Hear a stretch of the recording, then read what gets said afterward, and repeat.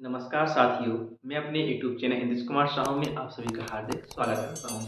आज मैं आपके लिए एक स्पेशल वीडियो लेकर सामने आया हूं।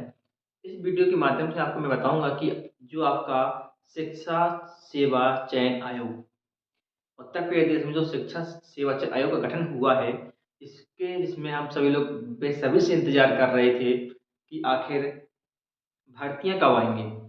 सबसे बड़ी युवाओं की टेंशन यही थी। जी हाँ, कि अब भर्ती कब आएगी। जो हमने इतना पढ़ा है, पढ़ के हमने जो डिग्री हासिल की है, आखिर ये कब काम आएंगी। काफ़ी स्टूडेंट के मन में एक सवाल था। अब इस वीडियो में आपका सब कन्फ्यूजन दूर होने वाली है और इसमें जो आपकी इंटरव्यू में बात की गई है, तो इसके बारे में हम बताएंगे। इस वीडियो को अंत तक जरूर देखिएगा और स्किप बिल्कुल ना कीजिएगा। स्किप करोगे तो आपको समझ में नहीं आएगा कि आखिर क्या हो। मैंने बता दिया है आपको, तो इसलिए वो क्रमबद्ध तरीके से पूरी वीडियो देखिएगा। ठीक है। और जो स्टूडेंट्स चैनल पर नए हो तो चैनल को सब्सक्राइब, वीडियो को लाइक अपने दोस्तों में शेयर जरूर करें। ठीक है। और कमेंट करके हमें बताना है कि आपको कितना समझ में आया है, आखिर क्या इसमें चल रहा है, प्रक्रिया क्या हो रही है, सब विस्तार से चर्चा करने वाले हैं। तो सभी लोग यही था कि आयोग जो आपका गठित हो रहा था वो 2-3 साल से लगातार ही गठित हो रहा था, आप सभी लोग जानते हैं, लेकिन गठित नहीं हो पा रहा था। लेकिन अब आपका जमीन स्तर पर ये आपका आयोग अब गठित हो चुका है। जी हाँ, अब हो चुका है। अब युवाओं की टेंशन खत्म हुई। जी हाँ, अब युवाओं की टेंशन खत्म हुई। अब उनका थोड़ा सा आशा जगी है कि शायद अब भर्ती देखने को मिल सकती है। तो अब आपका शिक्षा सेवा चयन आयोग गठित हो गया है। इसका जो मुख्यालय बनेगा वो कहाँ पर बनेगा? प्रयागराज में बनेगा। कहाँ पर बन रहा है? प्रयागराज में। तो इसकी इस आयोग में जो सहमति मंजूरी है वो राज्यपाल की मिल चुकी है। सभी जानते हैं कि मंजूरी आपकी हो चुकी है। अब इसमें ये देखना है कि अब एग्जाम में पैटर्न का क्या बदलाव हुआ है, क्या सिलेबस चेंज हुआ है, क्या चयन प्रक्रिया है, इस सब के बारे में विस्तार से चर्चा करेंगे। ठीक है। तो सबसे पहले देखेंगे सुपर टेट जो अपनी प्राइमरी में है। तो जो आपका जो आयोग है, अब ये आयोग आपकी निम्न शिक्षा से उच्च शिक्षा तक, मतलब प्राइमरी लेवल से लेकर के माध्यमिक, उच्च माध्यमिक और आपका उच्चतर विद्यालय, मतलब डिग्री कॉलेजों में हर जगह शिक्षक की भर्ती अब आपका यही आयोग करेगा। इसी अब इसी आयोग का ही जिम्मा है कि अब वो सभी भर्तियां बकौल करेगा। तो प्राथमिक में जितनी भी भर्ती वहां होगी, जूनियर लेवल की, माध्यमिक और उच्चतर माध्यमिक, ठीक है, सभी भर्तियां, सभी शिक्षकों की भर्तियां अब आपका यही शिक्षक आयोग प्लस सभी शिक्षक की भर्तियां ही अब आपका शिक्षा सेवा चयन आयोग ही करवाएगा। ठीक। तो हम बात करते हैं सबसे ऊपर निम्न स्तर से, प्राथमिक स्तर से लेकर चलते हैं। तो प्राथमिक स्तर में जो आपका सुपर टेट हुआ करता था, सुपर टेट, उसमें कुछ बदलाव, क्या सिलेबस में क्या बदलाव हुआ है, क्या जो अभी प्राथमिक में जो शैक्षिक गुणांक बनता था, एकेडमिक जुड़ता था, भर्ती में क्या वो जुड़ेगा। तो यहाँ पर जो आपका है, तो अब इसमें बदलाव ये हुआ आपका कि जो आपका एकेडमिक है, एकेडमिक लगभग पूर्ण तरह से समाप्त कर दिया गया है। जो आपका एकेडमिक है अब पूर्ण तरह से क्या हो गया? समाप्त हो गया। जी हाँ, आपने वो सही सुना कि अब आपका एकेडमिक अब यहाँ पर आपका नहीं जुड़ेगा। एकेडमिक नहीं जुड़ेगा तो अब इसकी चयन प्रक्रिया क्या क्या होने वाली है? तो जो अभी चयन प्रक्रिया है, जो सिलेक्शन की प्रोसेस है, वो किस प्रकार से होगी? तो जो सिलेक्शन की जो प्रोसेस है उसमें आपका लिखित होगा और साक्षात्कार होगा। जी हाँ, लिखित होगा और साक्षात्कार का इंटरव्यू होगा। तो अब कई बच्चों के मन में यही सवाल था कि क्या प्राथमिक में भी इंटरव्यू होगा? जब से ये आपकी नई नियमावली आई है, उसमें जो इंटरव्यू देखा गया उसमें 10% तक की बात की गई कि इंटरव्यू के 10% नंबर जुड़ेंगे। तो कई बच्चों के माइंड में ही, दिमाग में यही चल रहा था कि क्या प्राथमिक में भी आपका इंटरव्यू चलेगा? तो अब मैं आपको बिल्कुल क्लियर कर देना चाहता हूँ कि आपके प्राथमिक में, बेसिक में 1 से 5 तक में कोई इंटरव्यू आपका नहीं होगा। जी हाँ, आपका इंटरव्यू नहीं होगा, सिर्फ जो आपकी लिखित प्रक्रिया है, इसी लिखित से क्या होगा आपका पूरा 100% इसी का लिखित का ही नंबर जुड़ेंगे। जी हाँ, लिखित जो आपका ऑप्शनल होगा, लिखित में आपका थ्योरी तो का नहीं होगा कि आपको लिखना पड़ेगा, सिर्फ ऑप्शनल बहुविकल्पी प्रश्न होंगे। 2 घंटे का समय होगा, 2 घंटे का समय दिया जाएगा और आपका पूरा 100% उसी के मेरिट से ही आपका सिलेक्शन होगा। ठीक है ना। अब इस साक्षात्कार कहाँ होगा? तो साक्षात्कार आपका वैसे तो अभी प्राइमरी में होना नहीं है, आपका साक्षात्कार कक्षा 1 से लेकर के 5 तक में नहीं होना है, 6 से 8 तक में भी नहीं होना है और 9 से 10 में भी नहीं होना है। इन कक्षाओं में आपका इंटरव्यू नहीं है। क्या नहीं है आपका? इंटरव्यू आप इन कक्षाओं में नहीं है, क्योंकि जो आपकी प्राइमरी की भर्ती है, ये जूनियर की है, और जो आपकी 9-10 की भर्ती होती है, आपकी टीजीटी से होती है ना, किससे होती है? टीजीटी से होती है। तो आपकी टीजीटी में भी आपकी क्या है? आपकी इंटरव्यू आपकी टीजीटी में नहीं है। तो जो आपका साक्षात्कार है वो आखिर कहाँ है? ये साक्षात्कार आपका, जैसे आप टीजीटी की भर्ती होती है आपकी 11-12 के लिए, और डिग्री कॉलेज में कहाँ पर? डिग्री कॉलेजों में जो आपकी प्रोफेसर की भर्ती होती है, जो आपकी डिग्री कॉलेज में जो प्रोफेसर की भर्ती होती है, उसमें भी आपका इंटरव्यू होने वाला है ना। तो यहाँ पर इंटरव्यू होगा, जैसे टीजीटी और डिग्री कॉलेज में यहाँ इंटरव्यू होगा, तो आपका जो लिखित परीक्षा होगी, जी हाँ, जो आपकी लिखित जो परीक्षा होगी वो आपकी 90% के अंक जोड़ जाएंगे, और जो आपका साक्षात्कार होगा अर्थात इंटरव्यू होगा, उस साक्षात्कार के 10 नंबर जुड़ जाएंगे। ठीक है ना। कितने नंबर जुड़ जाएंगे? 10 नंबर जुड़ जाएंगे, 10% नंबर साक्षात्कार इंटरव्यू के। ठीक है। लेकिन अब यहाँ पर एक सबसे अच्छी खर्ची है, क्योंकि पीएचडी और डीओ में पहले भी इंटरव्यू होते थे। पहले क्या होता था, किसी को कम नंबर दे दिए जाते थे, किसी को हाईएस्ट नंबर दे दिए जाते थे, ये असमानताएं थी। लेकिन अब ऐसा नहीं है। अब इसमें आपकी लिमिट रख दी गई है कि आप इतने से कम और इतने से ज़्यादा नहीं दे सकते हो। जैसे क्या लिमिट रखी गई है इंटरव्यू में? आपको मिनिमम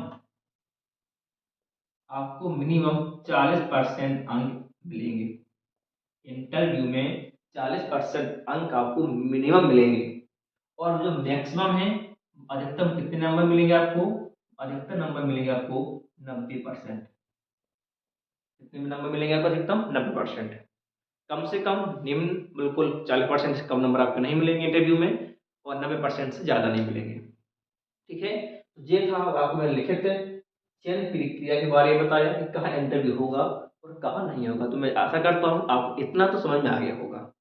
आ गया ना? तो कमेंट में बताना जरूर कि हमें इतना समझ में तो आ ही गया है ना। तो अभी मैं फिर बता रहा हूँ, जो स्टूडेंट मेरे चैनल को देख रहे हो और चैनल पर पहली बार आए हो, वीडियो अच्छी लगे तो सब्सक्राइब चैनल जरूर कीजिएगा, अपने दोस्तों में शेयर जरूर कीजिएगा, है ना। ये आपका अपना मैं आपको समझा दिया है। अब आप बात आती है सिलेबस की। तो सिलेबस से जो आपके प्राथमिक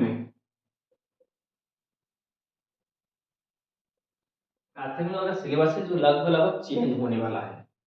जी हाँ, बिल्कुल प्राथमिक में क्या है आपका सिलेबस आपका लगभग चेंज होगा। लगभग क्या होगा? चेंज होगा, बिल्कुल होगा। जी हाँ। अब जब चेंज होगा तो कैसा सिलेबस होगा? तो लगभग ये सिलेबस चेंज चेंज होने वाला है। जो खबर आ रही है, जो प्राथमिक का है, वो इसका स्तर जो है केवीएस की तरह होने वाला है। जैसे केवीएस में आपको जो सिलेबस आता है ना, सेम उसी प्रकार का पैटर्न जो आपका सिलेबस है, लगभग उसी प्रकार से आने वाला है इस प्राथमिक में। इस प्राथमिक में है केवीएस भर्ती होती है ना, केंद्रीय विद्यालयों की, उसमें जो पैटर्न है जो आपके एग्जाम उसमें लिए जाते हैं, इस प्रकार से इसमें भी हो सकता है।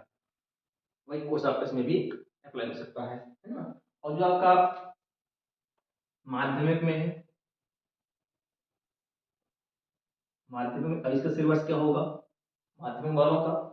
तो इसमें जो है क्या है, ये आप इसमें जीएस का पेपर आपको जुड़ जाएगा। जीएस का पेपर आपका जुड़ेगा, और विषय का विषय तो आपको होना ही होना है, क्योंकि जो माध्यमिक होती है, जो आपकी टीजीटी पीजीटी के लिए जो वैकेंसी आती है, उसमें आपका सिलेबस जो आपका सब्जेक्ट होता है, उसका पेपर तो आपको देना ही पड़ता है सब्जेक्ट का। और उसके साथ साथ आपको जीएस का भी पेपर देने को मिलेगा। आपको जीएस का पेपर भी देने को मिलेगा। ये सब जितना भी चीज बता रहा हूँ, ये सब आपके शिक्षा चयन आयोग की नियमावली में पहले से लिख दी गई हैं। आपको लेटर आपको हमने पढ़ लिया होगा, आपने नहीं पढ़ा होगा तो आप मेरे टेलीग्राम चैनल से जुड़ जाइएगा। मेरे टेलीग्राम चैनल की लिंक इस वीडियो के डिस्क्रिप्शन में दी गई है, आप वहां से ज्वाइन हो सकते हो। वहां पर आपको इसका लेटर आपको मिल जाएगा। ठीक है, तो ये सब आपको वहां पे बता दिया है आपको। अब क्या होगा कि अब आती है विज्ञापन रद्द करने की बात। काफी खबर फैल रही थी, क्या विज्ञापन रद्द किस प्रकार से होंगे, विज्ञापन रद्द किस प्रकार से होंगे आपके, तो इसके बारे में आप विज्ञापन आपका किस प्रकार से रद्द होगा, विज्ञापन रद्द किस प्रकार से होगा। यदि आपकी भर्ती की जो प्रक्रिया है 3 साल तक पूर्ण ना हुई, यदि आपकी भर्ती की प्रक्रिया किसी कारणवश 3 वर्ष में 3 वर्ष में पूर्ण ना हुई, यदि भर्ती की प्रक्रिया 3 वर्ष में पूर्ण नहीं होगी तो उस भर्ती के विज्ञापन को रद्द कर दिया जाएगा। क्या कर दिया जाएगा, भर्ती की प्रक्रिया को क्या कर दिया जाएगा, रद्द कर दिया जाएगा। फिर उसका अलग से विज्ञापन निकलेगा, फिर अलग से उस प्रक्रिया चलेगी। ठीक है, इस बारे में भी आपको ध्यान रखना है कि 3 साल तक यदि भर्ती प्रक्रिया नहीं ना हुई तो उसको रद्द कर दिया जाएगा। ठीक है, ये आपकी विज्ञापन रद्द करने की बात हुई है। ठीक, जो अब आपको मैं बता ही दिया था पहले से, जो इसकी जो परीक्षा होगी, जो आपकी भर्ती परीक्षा होगी, जो आपकी भर्ती परीक्षा होगी वो आपकी कैसे होगी, ऑप्शनल होगी। कैसे होगी, ऑप्शनल, मतलब बहुविकल्पी होगी। कैसे होगी आपकी, बहुविकल्पी होगी आपकी।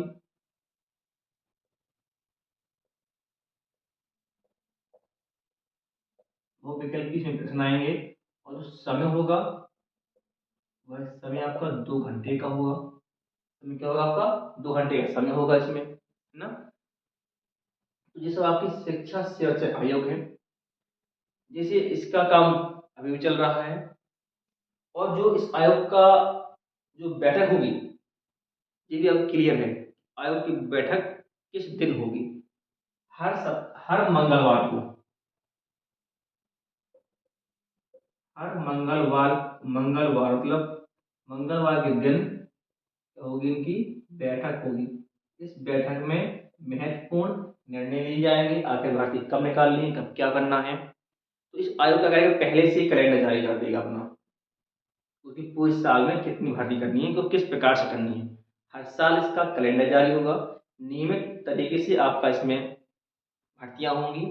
कोई दिक्कत नहीं है कि भर्ती पे टल जाए कि फिर होगी पता नहीं कब तक चल रही है। तो इसमें एक नियम नियम बनाया बनेगा बैठक में कि हर महत्वपूर्ण बैठक मंगलवार को, हर दिन मंगलवार को होगी, बैठक में महत्वपूर्ण निर्णय लिए जाएंगे।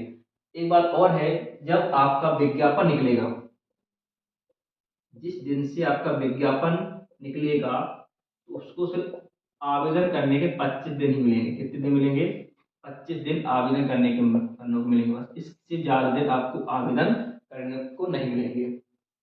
आएगा समझ में, ये भी आपका इसे नियम में लिखा है, आपके नियम वाले में लिखा है कि ये विज्ञापन जिस दिन से जारी होगा उस दिन से 25 दिन तक ही आप आवेदन कर सकते हो।